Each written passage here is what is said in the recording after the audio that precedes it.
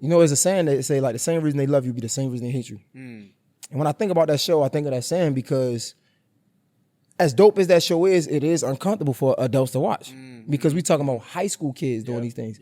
And we know, right? We talking about people trying to point out your skeletons and not looking at themselves. We know what we was doing in high school. Come on, yeah. Right? Yeah. But you have an audience who says, this is inappropriate. This shouldn't be being showed.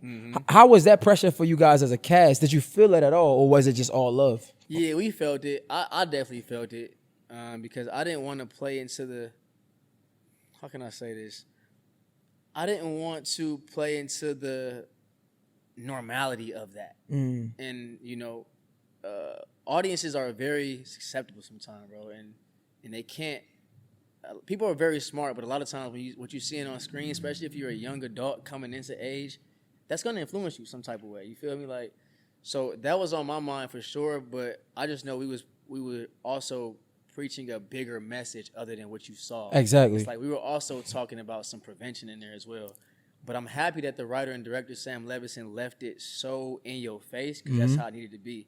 This generation in your face. Yeah, like, bro. The music alone in this generation has changed. It used to be, you know, they would put lyrics a certain way and, you know, I want to love you. Now it's like, I want to.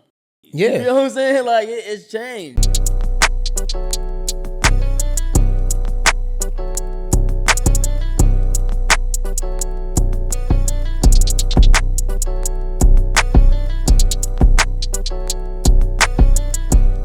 Bro, what's up, man? How you doing, dog? Man, I'm blessed, bro. I'm good, man. Just got in town this morning, flew from LA, prepping for this show in Atlanta, EP release party. So I'm feeling good, bro. Feeling good. Yo, you from Michigan? Yeah, from Michigan originally, from Saginaw, Michigan. Yeah. How far is that from Detroit? It's like an hour and a half. How is that? Like, how is Michigan? When I was growing up, it was great. And it's still great now, but I moved from there when I was about 10. I moved here to Atlanta. So I really grew up in Atlanta, but Michigan, great, bro. I still got hella family there. You know, it's my home, you feel me? So no matter where I go, no matter where I'm planted, it's always going to be the crib for sure. You remember why you moved? Yeah, so my mom's, she had married my pops at the time, and then he was just like, we got to get up out of here. We're going to go to Atlanta.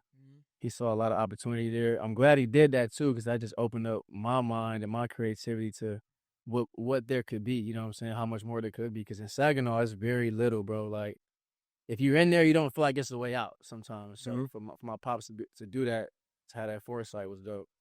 Wait, your parents did music too? Like, you had music in the family? Yeah, so my pops is a professional musician. He done tour with almost everybody. He do sound with almost everybody. He actually played on tour with New Edition before I got the New Edition role, many years before that. So that was kind of like a full circle moment too. Yeah. So like you actually saw the business of music and things like that before you even got into it. Or through him, yep. Okay. Did you always know that's something that you wanted to do from the first time you seen him? I did. I think I always just been musically inclined as a youngin. I started on drums first, and then I think that kind of just kind of sparked the interest of what more there could be. I started writing when I was like 9. And then my pops put me in the studio when I was 10, and bro, we used to just stay in there on hours. He was like, no, it ain't right, do it again. It ain't right, do it again. But building that repetition and building that muscle memory to know how to hold your own in the studio or live on stage. And even at 10, that wasn't like hard for you. That wasn't, I know it was hard. I don't want to be it. Okay, that's what I'm trying to figure out. Okay, in there, but you know, at that moment when you say you want something, you don't know what all it's gonna take until you get into it. Yep. Then you got to figure out, okay, do I really want it or not? Yeah. So I guess when did you know that this is going to be your life? Like you was actually going to be a musician. You actually had talent, and this is the moment that this is it. Yeah, I would say from then, honestly, man, like from the time he put me in the studio and I understood what the work ethic part was, I wanted it. So I was like, okay, I get it. And then, funny enough, New Edition, when I booked that role, it was musically inclined as well. So it was like, okay, this is right in my pocket. So then I started juggling acting and the music. It's like, oh, okay, I can see a bigger trajectory of where I can go with this. Okay. You know what I'm saying? So you was fortunate enough to like to be able to do both best of both worlds, right? Yeah, yep. Okay. Yep. Still am. I'm still blessed to be able to do that, bro. No, for sure. And I'm blessed that these days it's not looked at as a weird thing. The multi-hyphenate right now is acceptable. Like back when I was first starting to do music, and like when I was like 15 or 16 years old, people be like, "You got to choose one or the other. You gonna act, you gonna do music." And I never let that box be put on me, and I'm glad I didn't because it's like you can do anything you want to do, bro. It's crazy because now, like in talking about today's society, especially when we talking about the business of it, a lot of people are entrepreneurs. Like, so we see a lot of people multifaceted. Even if it's not acting and music, we see a lot of artists getting into real estate. Right. We see a lot of figures, our prominent figures, doing multiple things, and it's okay. Whereas though before it was almost looked at as what they say, yeah, a master at many, but some at none. Jack of all trades, but master at none, right? Yep. Like, and it used to beat that down his, right? But now it's like, nah, go out, do more things. Go try it, bro. See what else you love. Because one thing that also happens is you, especially with music and acting. Well, acting is a little different, but with music, you're not gonna be able to be hot forever. So it's like you got to figure out some type of pivot. And I also feel like with acting as well, you got to understand like when the seasons are and understand, okay, what else can I try my hand at that I'm good at, you know? You know, it's funny. The first thing that popped up when I saw I was talking to you today, and I know you probably get this a lot. Your name, Algee, right? Yeah. And it's actually like a action verb for mental health. Come on. Did you always know that? I didn't. You didn't? Nah, I'm the fourth, bro. So it's been passed down. Yeah, it's been passed down. It's his legacy at this point. My grandma, my daddy, my granddaddy. My granddad doesn't even know how the first Algee got his name, so they could never tell me where it started. But yeah, I looked all that up when I got older. I'm like, hold on, what's the root? What's the root of this? Yeah.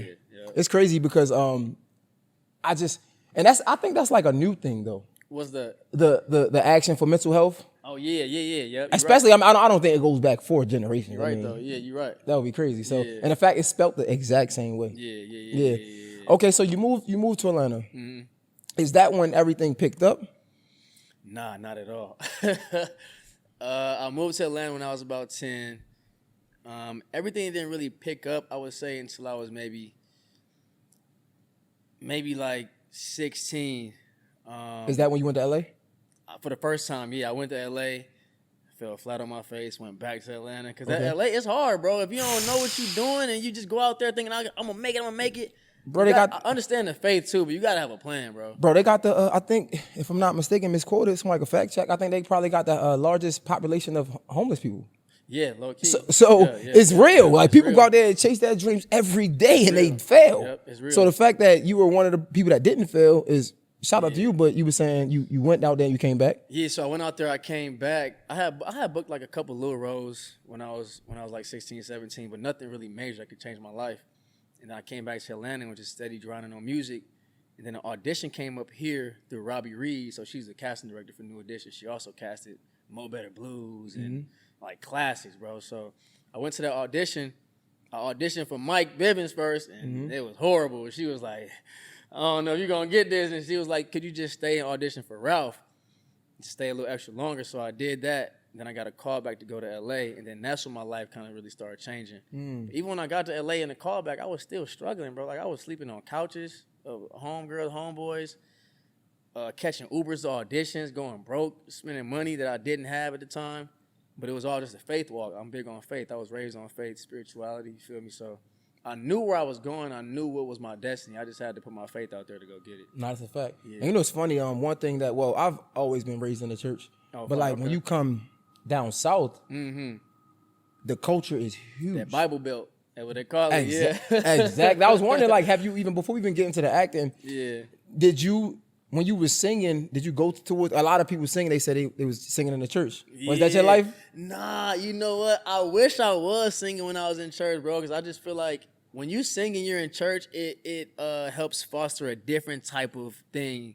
But I was rapping before I was singing, so I was rapping in church. What you was rapping about? What was your first rap? You remember it? I don't even remember the first one, but it was something about church. Okay. And then, that just kind of, I think church and just the spirituality factor alone, just the faith base alone, is what I really needed. And a shout out to my mom, because she had the foresight to see that when I was just a youngin'. So, what's your favorite verse, you know? Favorite verse in the Bible? Scripture, verse? Favorite scripture, The one I got tatted on me is Matthew 16:24, and that just talks about pick up your cross and carry it daily. Pretty much it's like hold yourself accountable to your own thing, carry your own issues, your own problems, be your own man, you feel me? That's one of my favorite ones. Yeah, my favorite one is Romans 8:18. Come on, yeah. And it basically just talks about like what you're going through now won't even be compared to the glory that will be revealed in you. So like a lot of times like we going through things, and I just got into running like a year now, and like it'd be like so hard to do it. Like when you was in the studio at 10 and you gotta keep going doing the verse over, right? It's so hard, but once you get the verse that hit, once you finish that run, once you get on the other side of the struggle and the hard work, the success, the feeling that you feel in success can't even be compared to the pain that it took to get there, right? It's like the gym. It's like since you run, so like in the gym, bro, I work out all the time, so it's the same thing, and that's why I work out too, because it forces you to have that mindset. You be in your mind like, okay, I know I got 3 more to go, but I could give up here. Like, nah, I push through, bro. Yep. And then when you start seeing the results, it's like, okay, nah, the results is worth it way more than the pain was. You know what I'm saying? And you know what's funny though, bro? What people don't, specifically for running, we ain't about to make this a running podcast, but I've come to realize or come to accept for me that the mental aspect of it is way better than the physical. Like my physical is fire. Don't get me wrong. Like it get me in shape and it's dope. But like the way I feel mentally, if you think I look good, if you could see my mind, it feels like times 10. I agree 1,000%. 1,000%. I agree with that. Yeah, that's what you're really doing in there. I feel like you just strengthening mental. Exactly, bro. Yeah. Nah, facts. So okay, so you went to LA, you came back, you got the call, you did the casting thing. So you know, a lot of times people see, especially family, right? A lot of times people see the outward success. Things on TV, on Instagram especially, right? And they think, oh, he made it, he rich. Yeah, for sure, right? 1,000%. How was it? But was you, because it was no audition, so that's a major thing. Yeah, it was major. Was it big checks, or was it still like a starting, like it just started and it wasn't hitting yet? How was it? So, all right, so I got to tell this story because it's another faith story. So I'm big on speaking my life, speaking what I want, envisioning it, going to get it. So before I even booked New Edition, before I went to LA, I had on my vision board how much money I wanted to make on my first film, where I wanted to stay, what kind of car I wanted to be driving. And, bro, I kid you not, when they called me and told me I got the New Edition role, they offered me the exact amount that I had on my board that I said I wanted. And at the time, that was life-changing bread for me. I'm like, we up. And then you start realizing, oh, no, this should go fast. But it changed my life in the sense to understand that I ain't never had this type of resources in my life, not only for myself but to help my family, bro. Like, so that was life changing. And from then I was like, yeah, I can't stop this. This is a gift that I got that I can see that can help more than just me. You feel me? Okay, I like that. Yeah, life changing money. Yeah, it ain't always that. And even in like careers like we have, a lot of times we might get lucky or we get blessed and you land on a space where this is bigger than life. But then you gotta come back to reality. And I'm wondering, was this your reality of, okay, because this was HBO the first? No, this wasn't. This was BET. BET. Yep. Okay. Well, I would assume HBO probably pay more, but I don't know. Just hypothetically, right? Let's say this, life-changing money. But then you might have another role where it ain't that. Bro. And you gotta be like, okay, I either get this work because everybody ain't gonna pay this. Was that the case for you? That's been the case. Yeah, bro, that's the case. It's funny, man, because that happens a lot. It's like I've said no to a lot of projects. A lot of projects that were offering a lot of bread, but it wasn't right for me. The project wasn't right. I had just been doing it for the money if I did it. And I don't operate like that. So yeah, it goes like this. Some roles I take, even now, like some roles that I take, they don't pay a lot, but I'm invested in the project and I love the project and my heart is in it, so I'll do it. And then some roles, they do. You know, it comes up and down, but I think that's the beauty of just not chasing the bread. You're just chasing the art. It's like I just want to feel the fulfillment of watching the art back and saying, I love that. I love what I did. I love that. I mean, you know I got to ask, though. Give me one project that you turned down that was giving you a lot of money.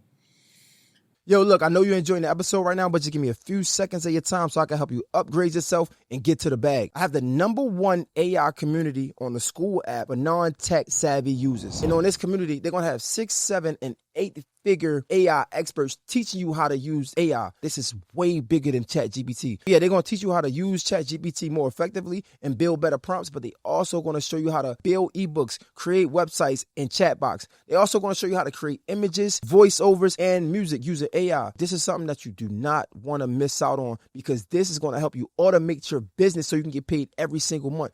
Yo, we got bills that come out of our bank accounts every month. Therefore, we should be getting paid automatically every single month. Do not miss out on this opportunity. I need you to download the school app right now. Search Digital Boss Code so you can start learning AI and you can build your business. But I ain't even tell you the best part about it. Yo, this is a done for you business, meaning that you can resell it to other people and you can make 50% of the revenue each and every month. Download the school app right now, search Digital Boss Code, and start making this money. It's too much money out here for us not to be getting none. Let's get back into this episode. Okay, I won't say no names, but there was a project that I turned down that was more than I've ever been offered before. More than anything. More than anything I've ever been offered. Shit. And it just, the project just wasn't right. And, you know, I sat on it. I actually prayed on it for like a week or two because I'm like, all right, God, I don't want to make it seem like I'm just dishing away a blessing at the same time. Yeah. But I knew in my heart, like, okay, this project ain't for me. Like, I'm not gravitating to it when I read it. It's not hitting me in the heart. It's just like, oh, okay, this is cool. But yeah, that was one for sure. And then when I walked away from it, I'm like, dang, you sure you want to do that?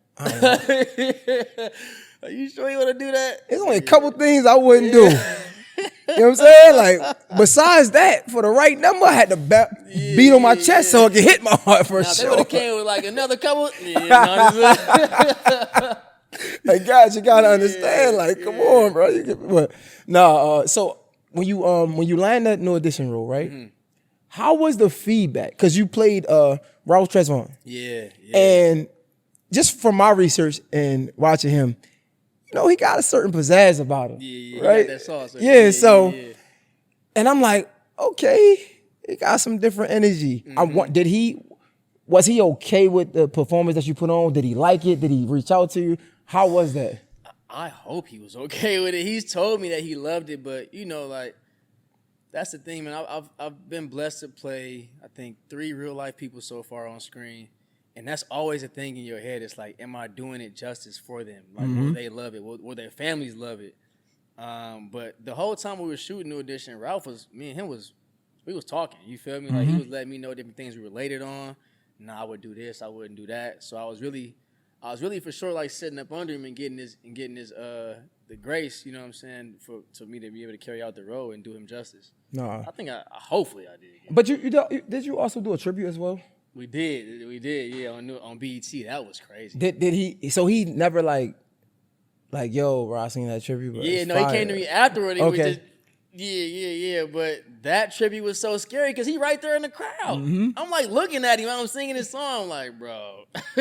Yeah. I low key think we've had the best BET Awards when we did that tribute. I don't think nothing topped it yet. Yeah, sure. Nah, man, it's dope to see because, especially like it's like a disconnect almost with the younger generation and the older generation, and we know like sometimes they be like, man, they don't get it, they don't understand it, they don't really sing it like we sing it. So to see that he was like susceptible to your performance and susceptible to your performance on the TV as well is pretty dope. And I know that gotta feel good to you too. Yeah, it does because it kind of just takes the weight off your shoulders and know that okay, the person who I played is rocking with it, so I'm good. You know what I'm saying? Yo, how was it? Because you even on there you had some pretty dope castmates as well. Yeah, and they went on to do some big things as well. Man.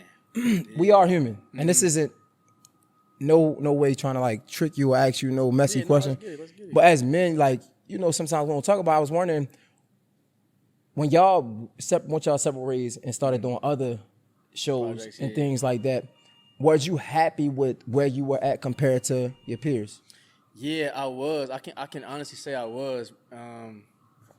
Because we all were just doing this at the same time. Like, once I finished New Edition, I was blessed to go shoot Detroit. Once I shot Detroit, I was blessed to go shoot The Hate You Give. Once I finished The Hate You Give, I'm on Euphoria. So it's like, it was never a time where I was looking at the homies like, oh, I wish I was, you know what I'm saying? And Yeah. we all still communicate too. So we all, every time we get a role, it's like, bro, congratulations. You know what I'm saying? I'm seeing you go up like Woody, Keith, Luke, you feel me? Even the young ones like Jaheed, Caleb on Stranger Things, going crazy. Yeah. So it's like we all have that respect for each other. I have had moments just in life, to where you be like, I wish I was a little bit further, or maybe if that was for me, but I'll be checking that at the door, bro. Yeah. It's like, what's for me is for me. You feel me? So I make sure it's human nature, but you got to check it at the door, though. I'm glad you were able to speak to that. Because I tell people all the time, I just made a post in my story about like just the hard things you go through and just never be a slave to your emotions. And it's okay to feel something. Like, we are human. Who knows what anybody in here is thinking? Right. But it's okay. As long as it ain't about what you think, it's about what you do. Thank you. How you control it. Exactly. Yeah. So like, I don't think there's nothing wrong, and I feel like people need to be more graceful. But a lot of times what happens is niggas be checking for everybody else, but they don't want to check for themselves. They want to tell you about what you got going on. The whole time they got a million skeletons in the closet. You know what I'm trying to say? I tell people all the time, listen, we were talking about it earlier, like I don't have skeletons in my closet. They still got meat on the bones. It's fresh. So we got bodies. I ain't scared. I ain't scared of y'all. Y'all can judge me all you want. You get what I'm trying to say? Real. So it's like, it be those people, those hypocrites that want to start pointing fingers and saying what you doing, and like whole time, look at yourself. Right, that's real. You know what I'm saying? Real, But nah, The Hate You Give, that was a book. It was a book. Yep. How was the reception to that? Because a lot of times when people do these movies and it come from books, a lot of people be like, I love the book better. Yeah. What was the response to that? Yeah, that was a big weight on our shoulders as well. Shout out to Angie, the writer, for the Hate You Give, the book, and consultant and co-collaborator on the film. That was a big thing for us, and I didn't read the book before I shot the film though, because I didn't want to have in my head of me trying to live up to something or do justice to something. When I did the audition, they loved me in the audition, so I'm like, let me go off of that and let me just give that. Okay. But yeah, it's always pressure when you adapt a book to a movie because you just want to be true to it.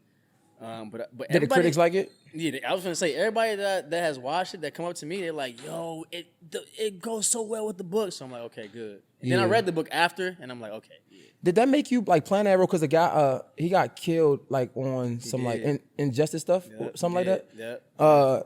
Did that make you more aware of what was going on? Because granted, this is what 20. When did this come? This was like 2018, bro. Yeah, so like it wasn't heightened. Yeah, like 2012, I think was Trayvon Martin. We had like it was Freddie Gray. It was Eric Garner. You know what I'm saying? So many things has happened up until this time, and now you have to play a role when it happened to you. Did that kind of make you want to get deeper in like an activist mode, or was you just let that role be the role in the movie?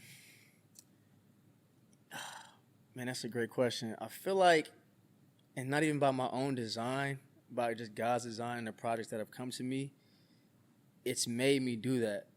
There was a time where I think it was after I did The Hate You Give, or after I did Judas and Black Messiah, where I was like, I don't want to play any more of these roles. I don't want to play no more roles in police brutality. I don't want to play no more roles where we getting, just downgraded. I want to play roles that uplift us and edify us. So I did go through that for a season where it was just like, I understand the calling on my life, I understand why I'm doing these projects, but it's tough, bro. Like when I'm looking around, I'm seeing us get shot down. And it's, at that time, like we said, it was heightened. So, bro, it was everywhere. I don't know if you remember, but you couldn't even get online without seeing a police shooting. Because you got to think, 2018, we talking about going into the pandemic, and then everything is online. Like, so everything is online. Joy, you know what I'm saying? So now we are in the house, and we infuriated almost because now all we have to do is be able to sit home and see what's going on. Mind you, we talk about Rodney King, right? Exactly. But again, we wasn't watching these things every day. Now we home and we ain't got no choice. So I can only imagine. Yeah, exactly.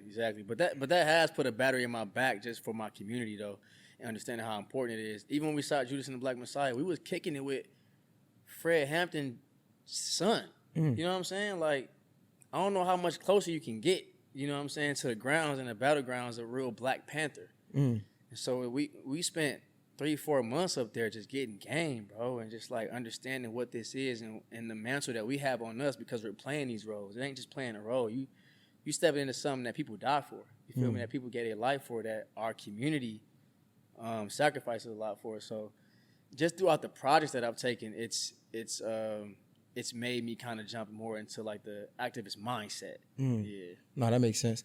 Yo, we still on the just like the acting, and you played in Euphoria. Yeah. Matter of fact, before we even go there, was Ryan Coogler on the set of The Hate You Give? Judas Black Messiah. Coogler did come through the set a couple times. Yep. He wasn't like a producer, but he was like. I think he was a producer. A producer, Yep. Okay. Well, how was that? Did you? Because at that time, he's not like who he is now. Right. Like, he's not like Ryan Coogler as we see him. Right. Did you notice anything different or special about him when you seen him in the moment, or was he just like somebody just chill and just fade the background? To keep it a band, he's the same from then to when I seen him now. Oh wow. He I don't see any change in him, bro. He's just been just as chill, just as cool, just as inviting, just as warm, and just as sharp too. I didn't get a chance to spend so much time with him on Judas, but the time that I did, I don't see no change. Same dude, bro. When you see what he did with Michael B. Jordan, do you wish you would have spent some more time with him? Yeah, I'm finna get him on the phone next week, matter of fact. It's like I could have had a couple more lunches with this man. You know what I think though, man? I think because they're the ones that called me to. I didn't have to audition for Judas. They called me like, we want you in this role. So the fact that his eye was already on me, it says a lot. And, it says a lot about where the relationship is going to continue to go. So. Wow, that's crazy, man. Seeing what he's doing now it's wild. He's going crazy. Insane, boy. God. Like, it's crazy. You notice that, bro, it seems like the whole press run for Sinners was about Ryan Coogler. Yes. Like, it was like we were invited into his world, and I love that. And that's so different, though. Yeah, because it's usually you talk about the actors, right? So the fact that, I think it's because, again, we talking about the deal he got. And granted, now we know, apparently it wasn't nothing new, right? But we didn't know. Yeah, exactly. So, man, I definitely salute to him, man. Hopefully, you can get a call. Oh, yeah, we don't, man. What? You know what I'm saying? Hopefully. 1,000%. Yo, how was shooting Euphoria? Speaking of big names, because now Drake is on that. Yeah. Was he hands-on with that? Drake was hands-on with that for the things that he could be hands-on with. Obviously, he's still Drake, so he couldn't be there all the time, but he would pop by every now and then. I heard he was giving a lot of creative input to it as well. But just even being around homies Zendaya, being around, likewise individuals, Sam Levinson, writer and director, like, it makes you rise. It makes you rise to the occasion and be like, okay, I gotta step it up. Now, yeah. And that show, I'm on the real. When I read the script, I realized how crazy it was, but we had no idea what it was gonna do. That show is great. There's a saying that say like the same reason they love you be the same reason they hate you. And when I think about that show, I think of that saying because as dope as that show is, it is uncomfortable for adults to watch because we talking about high school kids doing these things. And we know, right? We talking about people trying to point out your skeletons and not looking at themselves. We know what we was doing in high school. Come on, yeah. Right? But you have an audience who says this is inappropriate. This shouldn't be being showed. How was that pressure for you guys as a cast? Did you feel it at all, or was it just all love? Yeah, we felt it. I definitely felt it because I didn't want to play into the. How can I say this? I didn't want to play into the normality of that. And audiences are very susceptible sometimes, bro, and they can't. People are very smart, but a lot of times what you seeing on screen, especially if you're a young adult coming into age, that's gonna influence you some type of way. You feel me? Like, so that was on my mind for sure. But I just know we were also preaching a bigger message other than what you saw. Exactly. It's like we were also talking about some prevention in there as well. But I'm happy that the writer and director Sam Levinson left it so in your face because that's how it needed to be. This generation in your face. Yeah, like, bro. The music alone in this generation has changed. It used to be. They would put lyrics a certain way, and I want to love you. Now it's like I want to fuck you. Yeah, you know what I'm saying? Like it's changed. But I mean, let's just be real, bro. I'm not trying to hear at 17. I don't want to hear the clean version no more. I don't. We not, bro. At 13, people might not want to hear it. Yeah. Because y'all in denial. Yeah. Y'all little 13, 14, 15-year-old kids is out there being hot in the ass. Yeah, that's real. You might not want to hear it, but it's the truth. It's the truth. Right? So when I see it, I'm like, yo, this is because I have a stepdaughter. She's about to be 16 in August. And I'm like, you know, I want you to watch this so we can have a conversation. Right, that's real. Right? But a lot of times people want to be parents, but they ain't they in their child's life, but they ain't present for real. Ain't present. You ain't present. Really You there. You might as well be an absent parent. Yep. You gonna talk all this shit about all these absent parents. You might as well be one because you ain't even as present. I agree. So I say that to say, like, people have problems with it, and I understand that it might be raw in your face, but that's the perfect time to have the conversation. Yep, about what it really is. Because we talking about drugs, sex, like this is what happens in high school. Yep, but it's happening before high school right now. No facts. Like before, bro. Like it's crazy. Yeah, so I agree. Damn. So when you was doing it, you was getting negative feedback, but you blocking out. Yeah, we was seeing a lot of negative feedback. A lot of negative and positive feedback online. You know, you always have yin and yang, right? So we were seeing you guys are just perpetuating, you guys are just making it bigger, you making it larger in life, you're glorifying this, but we were also getting wow, this is so true. Wow, this is what we're going through. Wow. So it's like you got to take the good with the bad. And as long as your intention is pure, I feel like on your mission, then you can live with that. You know? That's a fact. Yeah, I'm curious about you growing up in the church, right? And sometimes when we talk about this music thing, we talk about acting thing, it's not fully aligned with our spirituality and our beliefs. Yep. Have you ever has it ever been hard for you coming up when you're talking about acting, making music, and like knowing better, so to say, right? But still having to perform and do a job. Yeah, 1,000%. Because when you come from the church, especially when you come from black church, it's like secular music. Yeah. You know what I'm saying? Like don't listen to the secular music. So I definitely had that. Man, I faced that battle very on of just like, is God proud of me if I'm not doing something that's strictly for the church? Like, is God proud of me if I'm just shining my gift? Or am I a failure? Man, I got over that. Me and my mama raised me in church. So once I had conversations with her about just like, your gift is your gift. And as long as you honoring God and you staying within your morals and your moral compass and doing what you feel like is right in your heart, go share your gift with the world. Because a lot of times people would keep that gift in the four walls, and it's like you got to make that outside the world too. Don't get caught up by the world. You feel what I'm saying? But like, you got to go in there and shine your light though. Nah, facts. Yeah. Yo, how did you keep your I'm sorry, food coming? Oh yeah, what y'all done order, man? Because look. Nigga, you was late. Talk about you don't get nothing to eat. Man, some Chick-fil-A, man. Somebody get some Chick-fil-A. Oh, we got some wings. But we talk about being raised in the church.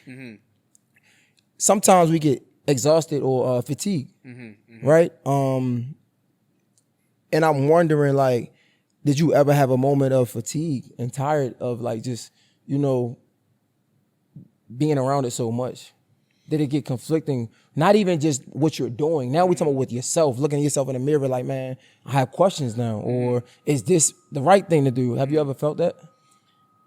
Yeah, I think sometimes I still feel that, to be honest with you, bro. Like, that's why I asked, because I'm 34 and I be feeling like, I still feel it sometimes. And I think that's what I was just talking about, like the moral compass, though. That's what always brings me back. It's like, okay, I know what feels right in my heart. I know what I talk to God about. So I think the human mind tries to bring you there sometime, but I still deal with that, to be honest. Yeah. It's funny. Talking about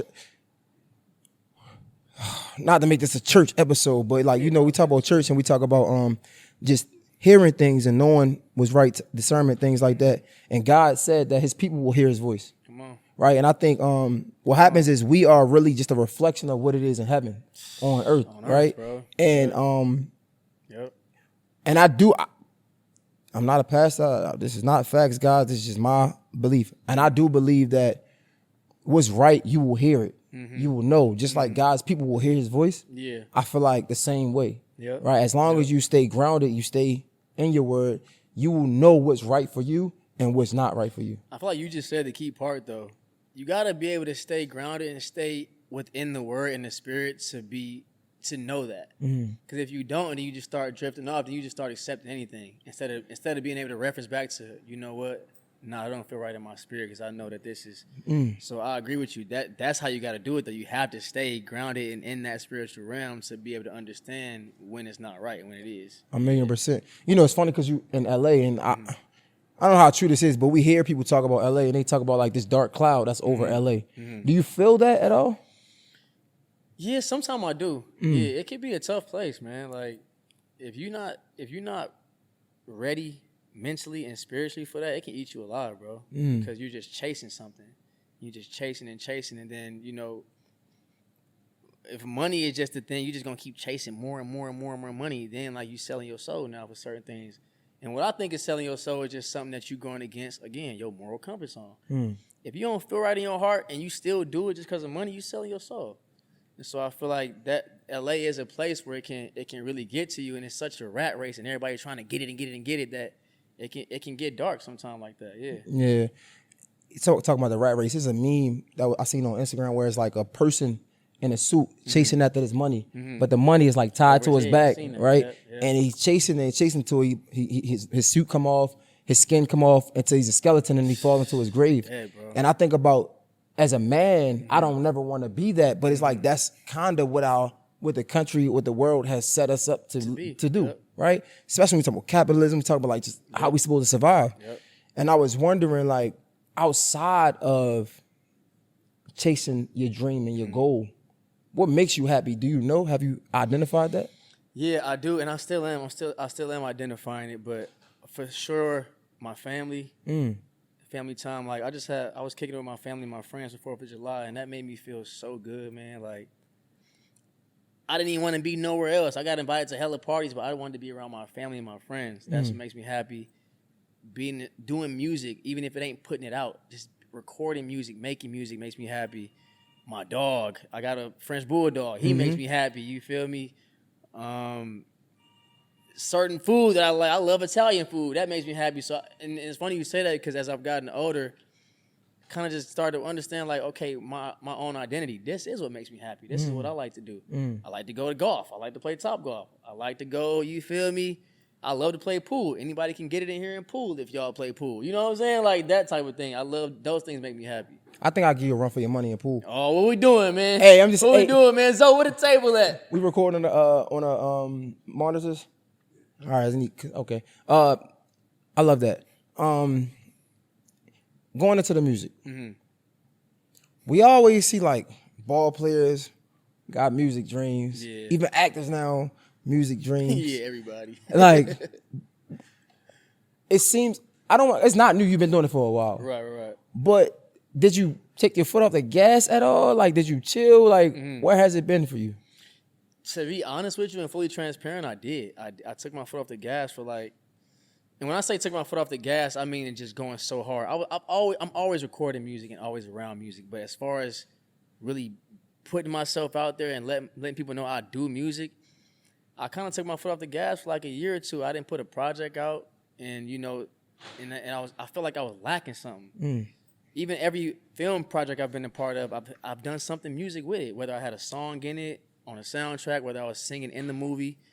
And so then after that, you know, maybe like last year, I looked at my homie Max, I'm just like, bro, we gotta go. Like, I ain't getting no younger. We know what we got. We know we really do this. We gotta get this music to the people. And so I think that gave me the battery in my back. Like, I can't keep holding this in. I gotta give it to the people. And we fire at it. That's the thing. Like, it ain't like we just okay. Like, we do music. You feel me? Yeah, you know, I don't want to project on you, so you can correct me if I'm wrong at any given time. But I feel like sometimes when you're super successful at one thing, it kind of make you nervous to do anything else, because it's like, people know me for this, and I don't want to do this, and then people look at me funny or they don't accept it, right? So when I think of you, I think of Euphoria, New Edition series. We think The Hate You Give, Detroit. Yep, you think films. All good, but they all good though. Powerhouses almost, right? Yeah. And like music, your fans, like your core fans that know you as the film, they might not really understand how talented you are musically. Yeah. What gave you the confidence to be like, man, y'all gonna get this music? What gave me the confidence is knowing that I really do this, bro, and I work for it. I think the hours that I've put in, I've been doing music since I was 10 years old, so the countless hours I've put in, the times I've had to show up and prove myself, I'm constantly still having to prove myself. Like, the show in 2 days, I got to prove myself again, because people don't know it yet. So now when they see me, they gotta walk away and be like, damn, okay, like he really do it. So I think that's what gave it to me, just knowing the work I put in. It's like, okay, bro, we We got this. We ain't going on stage guessing. We going on stage knowing what we do. So it was never a time where you was like, man, just uncertain, like I don't know if they going, because they see me for this. I hope they. It was when the acting first started popping off and I was hearing all that, you got to pick one or two. That's when I was thinking that, like, dang, well, how do I do it? And then I got a New Edition. I'm like, oh, well, now they know me for this. So how do I usher it in? But like I said, I think God played a role in it for sure. Every project after that, I've had something to do with music in it, so I could never just leave it alone. It was like when I did Detroit, Catherine Bigelow, the director, amazing. She's like, "You want to put a song on the soundtrack?" Of course. Yeah, I want to put a song on the soundtrack. Like, so it's been things like that where the doors just continually open. Yeah. Okay, I love that. So I heard the single Magic City. Yeah, come on. You got that right. Yeah. I'm not gonna lie to you though. I hear I see the title. Yeah. And I hear the song and I'm like, I don't know if I'm playing this in Magic City. Like, what's the thought process behind it? Like, why? Because it's R&B. Yeah, it's R&B. It's real R&B. Yeah. That's why they should play it in there, man. See, you know what I'm saying? Sometimes it can't just be all this. Sometimes it should be some real sexy, sensual. Like, I want to get a dance on me. I want you to dance on me slow. I want to feel that. I want to take me to the back VIP room and it ain't got to be all the rah-rah. Just slow it down a bit. You know what I'm saying? Put that Magic City on. Let's take it there. I don't know how I feel if I came in a club with a pocket full of ones and they throw some R&B on. I don't know. Like, I might keep my ones, bro. Like, but like you said, now we're going to back.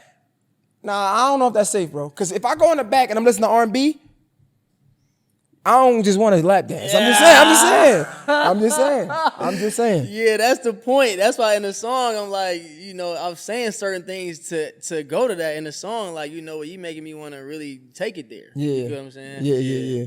Yo, no, it's crazy, bro. So the project is actually coming. It's an EP. Yep. The name of the EP one more time. Love Lost. Love Lost. How many songs you got on there? 7. Yep. If you had to rate this project compared to all the music you've ever done, 1 to 10, you can't say 7. What would you rate it? Ooh, I would say compared to all the music I've ever done, I would say a 10. I'm more in my intention bag right now. I'm more focused. I'm more I know exactly where I'm shooting at. I think before it was just I was doing music because I could do music. With this project, it follows a specific story, and I've never done this with a project before, but it follows me going through a breakup. It follows what a man goes through when he goes through a breakup, all the different phases. And so I think the intentionality behind that, and when I was doing it, it's like, okay, this is a real project. It ain't just like we taking songs and throwing them together. So there's even skits in between that can weave through and let you know what part of the story that you're in. So I think right now, I'm at a 10. All right, so give me your Mount Rushmore of like R&B artists. Ooh. Stevie, Michael Jackson, R. Kelly, Bobby Womack. It's only 4. Anita Baker. I know, he said it's only 4. Can we just chisel and make it half? It's only 4. It's only 4. Yeah, okay, so then I want to add a woman, so I'll go Stevie, Michael, Anita Baker, and Kels. Yeah. All right, so we've been seeing this little argument go all around the country, on Instagram, social media. Best performer, Chris Brown, Michael Jackson. Oh, Mike, 1,000%. Without Mike, you wouldn't have Brown. You see what I'm trying to say? Okay. If you go back and watch Michael Jackson at Wembley Stadium, bro, before the show even starts, crazy, hysterical, bro, people just all over the place, just passing out. Before he even walk on stage, bro, like, James Brown is the blueprint, because he was the blueprint for Michael, but Michael is the blueprint, bro. Like, artistry, professionalism, you know, like just, and you got to think of how many people followed up after him. You got Neo that's inspired by Michael Jackson. You got R. Kelly was inspired by Michael Jackson to the point where he wrote a song for him. You are not alone. Yeah, you feel me? Like, everybody has followed that blueprint almost. Okay. 20-song verses. Who win? R. Kelly, Michael Jackson. Oh, my God. 20-song verses is crazy. 20-song verses. Who wins? I gotta say Michael for sure. Like, what? You're like, oh no. Okay, what you think? You think Kels got it? I don't think nobody beats R. Kelly. Woo! I ain't gonna lie to you. That guy's a dog. Kels got smacks. First of all, I just want a disclaimer. Oh my God. He's a sick nigga. We talking about the music. I just want to say that. We talking about music. Only the music. But let's not get it. messed up. Don't get it to you twisted. niggas watching this. Exactly. We talking He's about sick. the music. Yeah, the art. He's disgusting. Yeah. Like for real. But yeah, music wise. Yeah. No, you might be right though, man. I'm such a I know Michael's catalog though, like the back of my hand. So I'm such a big Michael fan, but yeah, man, Kells is what we grew up on. You know what I'm saying? Like we know them records. Like I got a question for you. Cause you talking about R. Kelly, talking about Michael Jackson. I could think about the greatest people of all time. They always got some shit going on with them. Yeah. Yeah. Do you want to be the greatest of all time? Like, are you prepared for that? What comes with that? I don't think I would work like I would work if I didn't. You know what I'm saying? I'm not gonna sit here and lie and say I don't. I think, I want to be the greatest that I can be, bro. And so that means pushing myself and yeah, that mean and I know how great I can be too. So yeah, hell yeah, I want to be the greatest of all time. I say that because this is a part of my prayer. Don't judge me. No, go ahead. But I pray God never make me go Kanye West. Yeah. Because I think of the greatest, and I'm like, yo, you think about Michael Jackson, he had a lot of shit that came with him. Yep. R. Kelly, fucking weirdo. Kanye West, he's going batshit insane. Yeah. And it's like, it's inevitable to be super great in the midst of weird train. I don't have the safe. I'm not brand safe, so I don't really have the safest words. I'm trying to be safe. I don't want to call them crazy because I know right now mental health is like exploding. Yeah. So, but these motherfuckers got something going on with them. I feel you though, yeah. And I'd be like, yo, I just pray that I could be successful and my mind doesn't change. Lose myself. I don't lose myself. Yeah. And I was wondering like, yo, do you think about that at all? I do, and go back to the question you asked earlier, what makes you happy? I think that's why it's so important for me to identify that, so I'm not chasing happiness in other areas. Like, I know as a man what makes Algee happy, so I go do those things. And I think, man, it may sound cliche, bro, but it's about the people you keep around you. It's about whether you got yes men or no men around you, whether you got people that's gonna really tell you the truth. And then sometimes even when you got people that's gonna tell you the truth, some people still don't listen. And so it's like, I think you gotta just be, man, I think you had to be really grounded, like you said earlier, and tapped in, and to be real with you, maybe the purpose isn't to be the greatest of all time, because who knows what all that comes with, right? But I think it's a thing to where you got to really protect yourself, man. You got to really protect yourself, man, because it can take so long to get here, and it can take so quickly to fall. You feel me? So fast. One thing, bro. One thing, and they tearing you down. So I think what I appreciate about my team is we don't play that, bro. Like we are on it. We know that. That's why I respect even Kendrick so much. Just to like just throw him in there, like everybody's a person, right? So you're gonna go through human things, but you don't see him all over a while. And this man just had a crazy run and continues to go like back to back to back, and the credibility of his art stands a true test of time. You don't even look at him and say, oh, he in this and he in that. No, you look at the art and what he's doing. You know what I'm saying? Facts. 2 more questions for you. One question. Can you think about the hardest moment in your career? What was it? My family had just moved from Atlanta to LA the first time when I was 16. And we planned to be out there and stay out there, but we was homeless out there. We was staying in our Ford Expedition, sleeping in parking garages. We 6 people deep in the Ford Expedition, feet on necks. You know what I'm saying? Like trying to figure it out. That was one of the hardest points in my life, bro, because I know the promise that I have from God, and it wasn't visible then. You know what I'm saying? It just struggled then. So that was one of the hardest times. Another hard time was when I had booked a couple roles, and I started seeing money, and then nothing was coming in. And so then now you go outside, people know who you are, but then you like, I ain't even got, you feel me? But people like, oh, you're. Then go back to the crib and you ain't got nothing to show for it. So that was tough as well. So going through them 2 times in my life was very hard. And in my journey. And I had my family to help me through it. Even though we was all in the expedition, we was all in the expedition together. You know, even though I was, you know, up and down in the film space, I could go back to, like I said, my homie Max. I could go back to my family and I can still feel the love. We hold each other up. So I think those 2 for sure, when I look back, those are some of the hardest times in my life. Yeah. And I feel that for sure, that testimony. Now, when you think of somebody, it's somebody out there who's going through the same exact thing. Probably even worse. And they think about quitting. I got to get a job because this just ain't hitting. I got to do what I got to do. What do you tell that person? I don't even want to say a young Algee, but that person who's going through it right now to help them get through that? First, I would say, if you need to go get a job, go get a job. You feel what I'm trying to say? Like, don't make it a thing to where you like, oh, no, I can't do no 9 to 5. We still got to provide for ourselves and eat and do all that. So you got to find a way to make both work. And it's possible because people have done it. But I will also just say faith, man. Faith, and knowing where you're going, intention, and you got to have that vision and that foresight because everything's going to come along and try to take you off of it and throw you off of it. And if you don't know where you're going, you'll fall for that. If you know where you're going, and like I said, the promise from God, you know, okay, I got to stick this out because I know I can see the finish line. You feel me? So I would say faith. I would say find things that make you happy even outside of the art that you're trying to do. Friends, community, because if you just put it all in the art, it's like work, you're going to burn out. You know, so you got to find things that help balance it while you're on your journey, I feel like.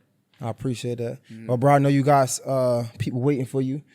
You got some things to do. I appreciate the time that you came and sat with me. You, thank you for Bel Air for allowing us to do this in the space. Thank you to my guy, Zoe. One more toast. Zoe, yeah. Yes, sir, bro. man. Cheers, man. Love Lost. When does it come out? July 15th. Go get the EP, Love Lost. We take you somewhere special, real R&B. Mr. J Hill Podcast. Algee Smith is a wrap. We out.